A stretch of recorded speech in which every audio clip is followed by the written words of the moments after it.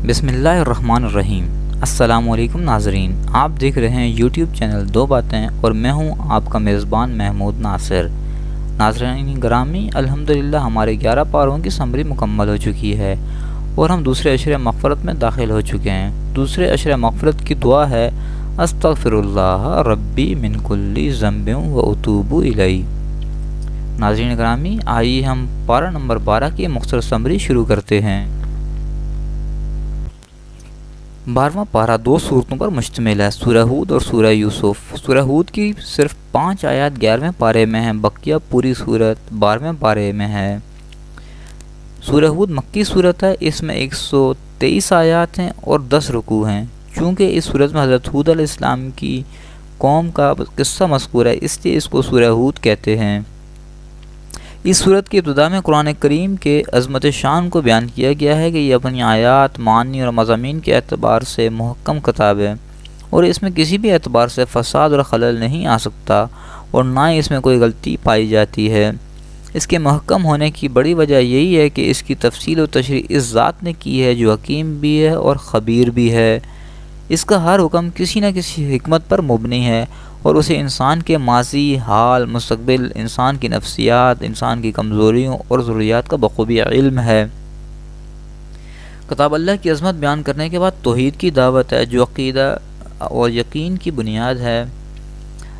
دعوت توحید کے بعد دلائل توحید کا بیان ہے جو کہ پوری کائنات میں پھیلے ہوئے ہیں۔ بتایا گیا کہ ساری مخلوق کو رزق دینے والا اللہ ہی ہے، خواہ وہ مخلوق انسان ہو یا جنات، چوپائے ہوں یا پرندے، پانی میں رہنے والی مچھلیاں ہوں یا زمین پر رینگنے والے کیڑے مکوڑے۔ آسمان اور زمین کو اللہ ہی نے پیدا کیا ہے، لیکن جو لوگ ان دلائل پر غور و فکر نہیں کرتے اور جنہوں نے اپنی آنکھوں پر ضد اور عناد کی پٹی باندھ رکھی ہے، وہ توحید کا بھی انکار کرتے ہیں اور قرآن کو اللہ کا کلام تسلیم کرنے سے بھی انکار کرتے ہیں۔ ان منکرین کے چیلنج دیا گیا ہے کہ اگر واقعی قرآن انسانی کاوش ہے تو تم بھی اس جیسی 10 صورتیں بنا کر لے آؤ۔ منکرین کو 3 بار چیلنج دیا گیا تھا۔ پہلی بار پورے قرآن کی مثال لانے، دوسری بار قرآن جیسی 10 صورتیں اور تیسری بار سورہ بقرہ میں قرآن کریم جیسے صرف ایک صورت بنا کر لانے کا چیلنج دیا گیا، لیکن تینوں بار وہ اس چیلنج کو قبول کرنے سے عاجز رہے۔ اس صورت میں آگے انسانوں کے 2 گروہ بتائے گئے ہیں۔ پہلا گروہ وہ ہے جس کی زندگی اور جہد و عمل کا ہدف صرف دنیا ہے، وہ ہر وقت اسی زندگی کو زیادہ سے زیادہ آرامدہ بنانے کی فکر میں لگے رہتے ہیں اور کبھی بھولے سے بھی انہیں آخرت یاد نہیں آتی۔ جبکہ دوسرا گروہ توفیق یافتہ گروہ ہے جو دنیا کے لیے بھی تگ و دو کرتا ہے، مگر اس کی کوششوں کا محور آخرت ہے اور وہ اخروی زندگی ہی کو سامنے رکھ کر دنیا کی زندگی گزارتا ہے۔ پہلے گروہ کی مثال اندھوں اور بہروں جیسی ہے، جبکہ دوسرے گروہ کی مثال بینائی اور شنوائی کی نعمت سے سرفراز لوگوں جیسی ہے۔ انسان کی طبیعت تنوع پسند ہے۔ اللہ تعالیٰ نے جیسے تکنیوی آیات یعنی اس حصی اور مادی جہاں میں تنوع کا لحاظ رکھا ہے، یوں ہی تشریعی آیات یعنی قرآن میں بھی اس کا لحاظ رکھا ہے۔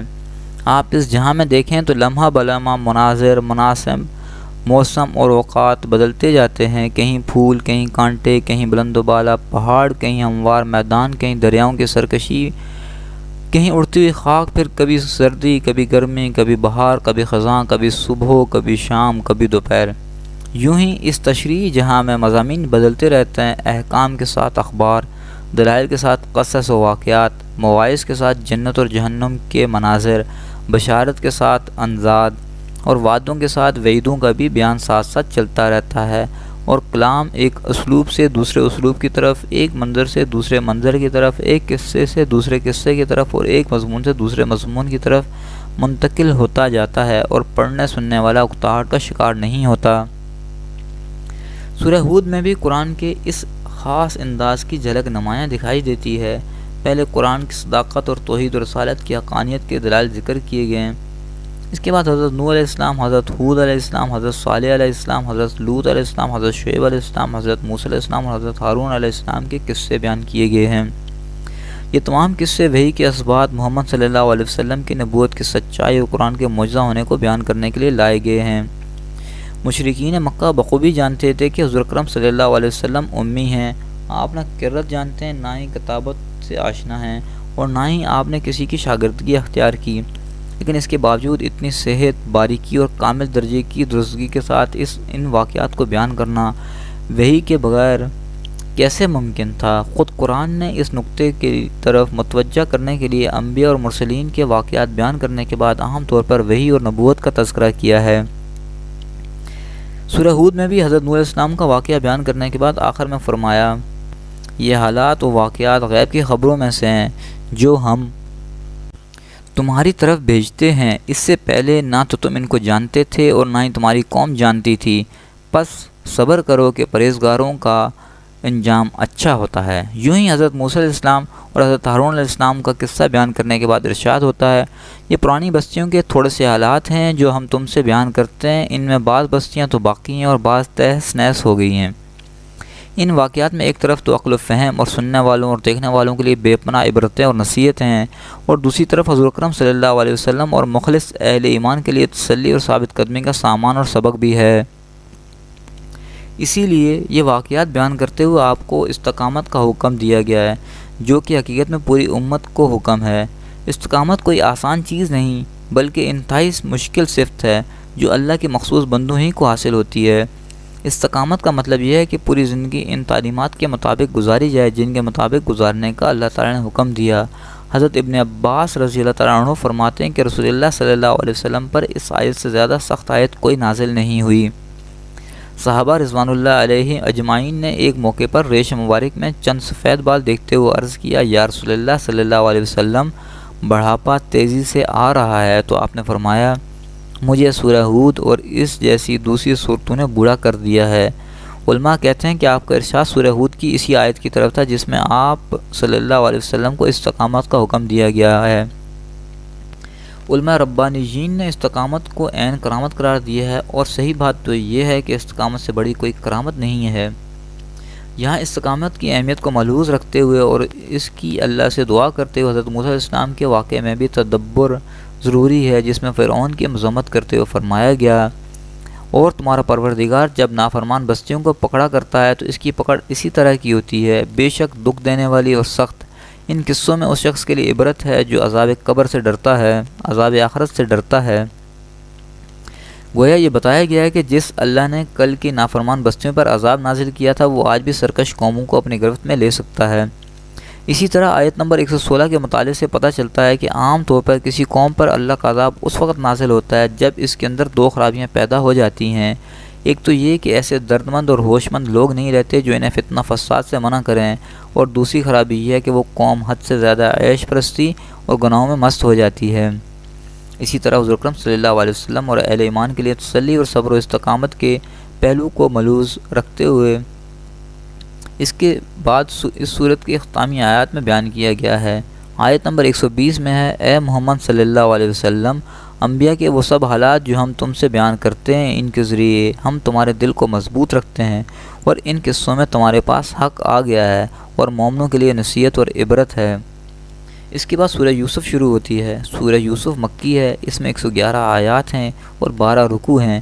چونکہ اس صورت میں حضرت یوسف علیہ السلام کا قصہ بیان کیا گیا اس لیے اسے سورہ یوسف کا نام دیا گیا تھا۔ قرآن کریم میں دوسرے انبیاء کرام کے واقعات میں تکرار پایا جاتا ہے، لیکن یہ تکرار کھٹکتا نہیں ہے۔ ہر جگہ نئے الفاظ، نئی تعبیر اور کوئی نہ کوئی نیا سبق، نئی عبرت اور نئی نصیحت پائی جاتی ہے۔ یہ واقعات چھوٹے چھوٹے خوبصورت ٹکڑوں کی صورت میں پورے قرآن میں بکھرے ہوئے ہیں۔ ان ٹکڑوں کو جوڑنے سے پورا واقعہ سمجھ میں آ جاتا ہے۔ لیکن حضرت یوسف علیہ السلام کے واقعے میں تکرار نہیں، یہ واقعہ اول سے آخر تک پورے کا پورا سورہ یوسف ہی میں مذکور ہے۔ دوسری صورتوں میں حضرت یوسف علیہ السلام کا نام تو آیا ہے، لیکن ان کے واقعہ کا کوئی چھوٹے سے چھوٹا حصہ بھی کسی دوسری صورت میں مذکور نہیں ہے۔ اہل علم نے کہا ہے کہ مخالفین نہ تو قرآن کے مقرر قصوں کا مقابلہ کر سکتے ہیں اور نہ ہی غیر مقرر قصوں کا۔ حضرت یوسف علیہ السلام کے قصے کو خود قرآن نے احسن القصص قرار دیا، کیونکہ اس قصے میں جتنی عبرتیں اور نصیحتیں پائی جاتی ہیں وہ شاید ہی کسی دوسرے قصے میں پائی جاتی ہوں۔ جامعیت کے اعتبار سے دیکھیں تو اس میں دین بھی ہے، دنیا بھی ہے، توحید و فقہ بھی ہے، اور سیرت و سوانح بھی ہے، خوابوں کی تعبیر بھی ہے، اور سیاست و حکمت کے رموز بھی، انسانی نفسیات بھی ہیں، اور معاشی خوشحالی کی تدبیریں بھی ہیں، حسن و عشق کی عشرت سامانی بھی ہے، اور زہد و تقوی کی دستگیری بھی۔ اس میں انبیاء اور صالحین کا تذکرہ بھی ہے، اور ملائکہ اور شیاطین کا بھی، جنوں اور انسانوں کا بھی، تو چوپایوں اور پرندوں کا بھی ہے، بادشاہوں، تاجروں، عالموں اور جاہلوں کے حالات بھی ہیں، تو رائے راست سے ہٹ جانے والی عورتوں کی ہیلا سازی، مکاری اور حیا باختگی بھی ہے۔ پھر اس قصے میں مد بھی ہے، جزر بھی ہے، گمنامی بھی ہے اور شہرت بھی، غربت بھی اور ثروت بھی، عزت بھی اور ذلت بھی، صبر و ثبات بھی ہے اور بندگی شہوت بھی۔ ایک بڑی خوبی جو اس قصے میں پائی جاتی ہے وہ یہ کہ اس قصے کے ضمن میں حضور اکرم صلی اللہ علیہ وسلم اور ان کے مخالفین کے حال اور مستقبل کا پورا نقشہ کھینچ دیا گیا ہے۔ یوسف علیہ السلام کی طرح ہمارے آقا صلی اللہ علیہ وسلم کے ساتھ بھی قریشی بھائیوں نے حسد کیا، قتل کے مشورے کیے، آپ کو مکہ چھوڑنا پڑا، 3 دن تک غار ثور میں روپوش ہونا پڑا، وہاں سے مدینہ ہجرت فرما گئے، وہاں بتدریج آپ کو عروج حاصل ہوا، یہاں تک کہ آپ پہلی اسلامی مملکت کے سربراہ بن گئے۔ مکہ فتح ہوا تو قریشی بھائی نادم شرمندہ ہوئے اور اسے حسن اتفاق کہیے یا عمدن اور قصدن کہ اس موقع پر آپ نے فرمایا، میں تم سے وہی بات کہتا ہوں جو میرے بھائی یوسف نے اپنے بھائیوں سے کہی تھی، جاؤ تم آزاد ہو، تم پر کوئی الزام نہیں۔ سیدنا یوسف علیہ السلام کا قصہ اس قدر مشہور ہے کہ حقیقی مسلمان گھرانوں کے بچوں تک کو ازبر ہے، اس لیے ہم اس تسلسل کو برقرار رکھتے ہوئے پہلے پورے قصے کا خلاصہ بیان کرتے ہیں اور پھر عبرتوں اور نصیحتوں کو بیان کرتے ہیں جو اس قصے سے ہمیں حاصل ہوتی ہیں۔ حضرت یعقوب علیہ السلام کے 12 بیٹے تھے۔ حضرت یوسف علیہ السلام ان میں سے غیر معمولی طور پر حسین تھے، ان کی سیرت اور صورت دونوں کے حسن کی وجہ سے والد گرامی بے پناہ محبت کرتے تھے۔ اس محبت کی وجہ سے بھائی حسد میں مبتلا ہو گئے، وہ اپنے والد کو تفریح کا کہہ کر حضرت یوسف علیہ السلام کو جنگل میں لے گئے اور آپ کو کنویں میں گرا دیا۔ وہاں سے ایک قافلہ گزرا تو انہوں نے پانی نکالنے کے لیے کنویں میں ڈول ڈالا تو اندر سے آپ نکل آئے۔ قافلے والوں نے مصر جا کر بیچ دیا، عزیز مصر نے خرید کر اپنے گھر میں رکھ لیا، جوان ہوئے تو ان کی بیوی آپ پر فریفتہ ہو گئی، اس نے برائی کی دعوت دی، آپ نے ان کی دعوت ٹھکرا دی، عزیز مصر نے بدنامی سے بچنے کے لیے آپ کو جیل میں ڈلوا دیا، قید خانے میں بھی آپ نے دعوت توحید کا سلسلہ جاری رکھا جس کی وجہ سے قیدی آپ کی عزت کرتے تھے، بادشاہ وقت کے خواب کی صحیح تدبیر بتانے کی وجہ سے آپ اس کی نظروں میں جج گئے، اس نے آپ کو خزانے، تجارت اور مملکت کا خود مختار وزیر بنا دیا، مصر اور گرد و پیش میں قحط آ گیا۔ اس قحط کی وجہ سے آپ کے بھائی غلہ حاصل کرنے کے لیے مصر آئے۔ 1-2 ملاقاتوں کے بعد آپ نے انہیں بتایا کہ میں تمہارا بھائی یوسف ہوں۔ پھر آپ کے والدین بھی مصر آ گئے اور سب یہیں آ کر آباد ہو گئے۔ محبت کی ایک وجہ آپ کا اور آپ کے بھائی بنیامین کا سب سے چھوٹا ہونا بھی تھا، جبکہ دونوں کی والدہ بھی انتقال کر چکی تھی۔ چھوٹے بچے سے محبت انسان کی فطرت ہے۔ حسن رضی اللہ عنہ کی بیٹی سے سوال کیا گیا کہ آپ کو اپنے بچوں میں سب سے زیادہ کس سے محبت ہے؟ انہوں نے کیا خوبصورت جواب دیا، چھوٹے سے جب تک وہ بڑا نہ ہو جائے، غائب سے جب تک وہ واپس نہ آ جائے، اور بیمار بچے سے جب تک وہ تندرست نہ ہو جائے۔ یہاں 12واں پارہ مکمل ہوتا ہے، لیکن سورہ یوسف ابھی مکمل نہیں ہوئی۔ اس صورت سے حاصل ہونے والی نصیحتوں کو انشاءاللہ کل پارہ نمبر 13 میں ڈسکس کریں گے۔ آخر میں ناظرین محترم آپ سے گزارش ہے ہمارے چینل کو سبسکرائب کریں اور ہمیں کمنٹس کریں، ہماری ویڈیوز کو لائک اور شیئر کریں۔ آج بس اتنا ہی، کل ملتے ہیں انشاءاللہ پارہ نمبر 13 کی سمری کے ساتھ۔ اس وقت تک اجازت دیجیے، اللہ حافظ۔